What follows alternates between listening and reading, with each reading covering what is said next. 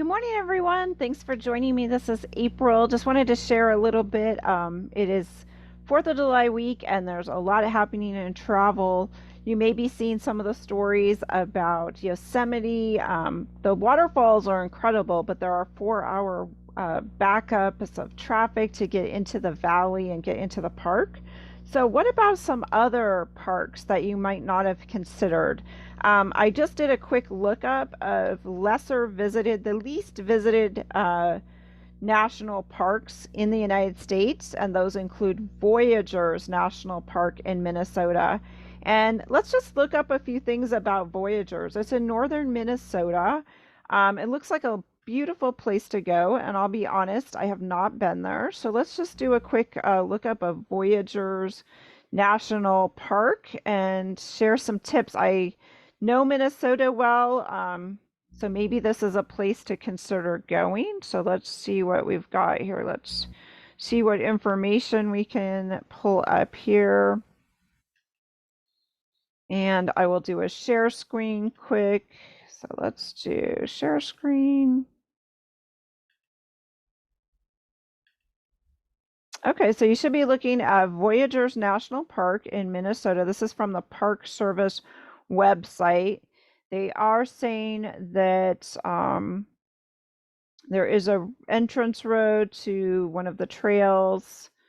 So it is a park of water, islands, and horizons, 218,000 acres, rock ridges, cliffs, forests. So as you can see, there's lots of different ways. You want to get out on the water. And I have heard about this stargazing. In fact, I do have a photographer up in that area that I would highly recommend. She may be able to give tips, but again, she goes out often on the water at night and just sits. It's a little bit of a challenge to get these kind of photos, but look at those skies over Voyageurs. So lots of ways. Here's a volunteer. We were just talking on our coffee chat this morning about different types of jobs, like cooljobs.com and National Park Service jobs. So there may be some jobs here that would let you go there, whether it's, I imagine there's summertime, August, September, kind of more their busy months. Because northern Minnesota, I can imagine, as you can see, winter trails that it can get quite cold, snowy, and icy here. So that's that park.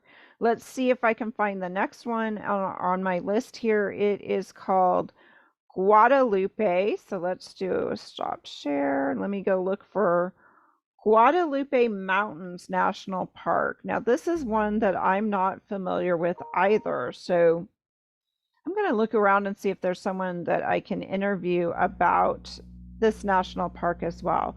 This one is in Texas.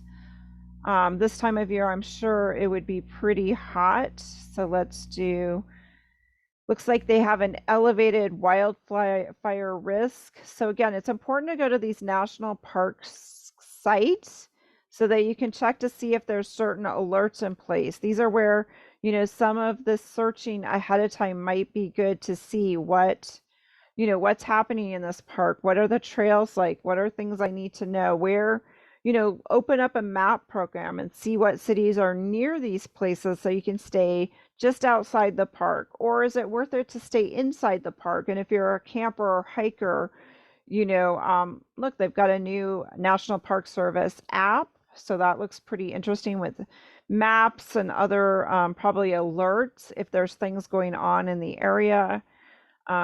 This 10 essentials, that's probably a good thing to take a look at. Planning a visit. So let's take a look at this. I really don't know anything about Guadalupe Mountains. Here's some photos, operating hours. I did hear that they have these sand dunes, which are pretty amazing. So that might be something that you want to check out is there's scenic drives, some camping, some wilderness campground, horseback riding. That might be another way to explore the park. They're even noting fall colors, McKittrick Canyon in the park. So if you're in Texas, this might be a place to plan for a fall destination. The weather might be cooler. You could go for a short hike. You might be able to go horseback riding. It might be a wonderful way to spend some fall time if you are in Texas. And honestly, I don't know much about this national park, have not visited myself. So if any of you have visited, drop me an go to the-travel collective.com, or shoot me an email, april@aprilart.com. I'd love to interview you and hear more about this park. So the third one on my list, and we'll just keep this to 3 today, and then maybe I'll do another video later, is called North Cascades. And this one's in Washington. And I was just talking to one of our travelers in Washington State. So and I have heard a little bit about North Cascades. I was talking to a traveler last week, and I'll see if I can pull that episode.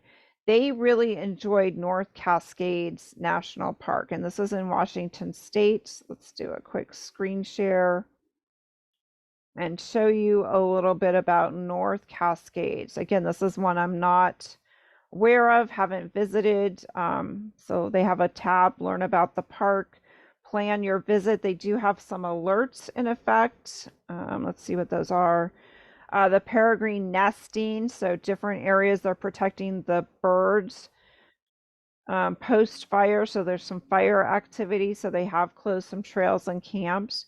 Bears and food. So again, you want to be careful about what you're putting in your backpack. Literally, bears' sense of smell can be for miles.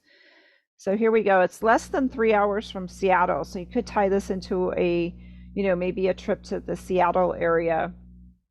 Looks like a lot of trees, jagged peaks, 300 glaciers, cascading waters. There are grizzly bears. You can do some boating, as you can see, hiking. Maybe if you read this backcountry area, there may be some places, again, with dark skies. But again, look at the safety issues. What things might you need to know, like about the bears before you go and go camping. It's always best to be prepared and know what you're getting into. Maybe look and see if there's some hikes, some ranger activity, things like that. Let's take a look at the photo gallery and see what they've got in the photo gallery. Sometimes it's nice just to, oops, did I miss the photo gallery? Here we go. See what we got here for the photos. They have, oh, sorry, we can't find that page. Well, the other thing we can do is, and I will stop sharing, is share some photos from another site. Oftentimes that's what I'll do. I'll just go and look for North Cascades. Somebody's probably written a blog post, or you can search your browser by images. And let's see, there's quite a few here. So it looks like lots of lakes, mountains, forests.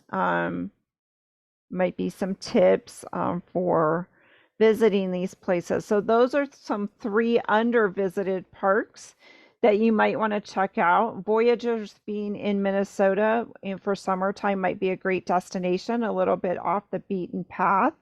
North Cascades National Park may be a place to visit as well. I'm just putting in some more information, see if I can find out something else here. Somebody's probably got a good blog about it. I always like visiting the National Park Service one first, just so that here's a travel and leisure, which is an art, well trusted, pick sites that are well trusted. So let me share this one. Everything you need to know about visiting the North Cascades. So this article is probably one to get checked out. This was just written a year ago. Dense forest, waterfalls, glaciers, mountain goats, black bears, dark skies. It's just 3 hours, but it doesn't have that many visitors. Scenic drives. So it might be a place just to spend a couple days doing the scenic drives and some short hikes, especially if you're not a very experienced hiker.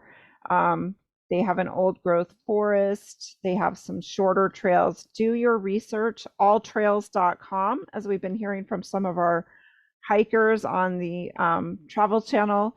They have some tips, and they often check all trails because it'll tell you how difficult the trail is. They'll tell you how long it is.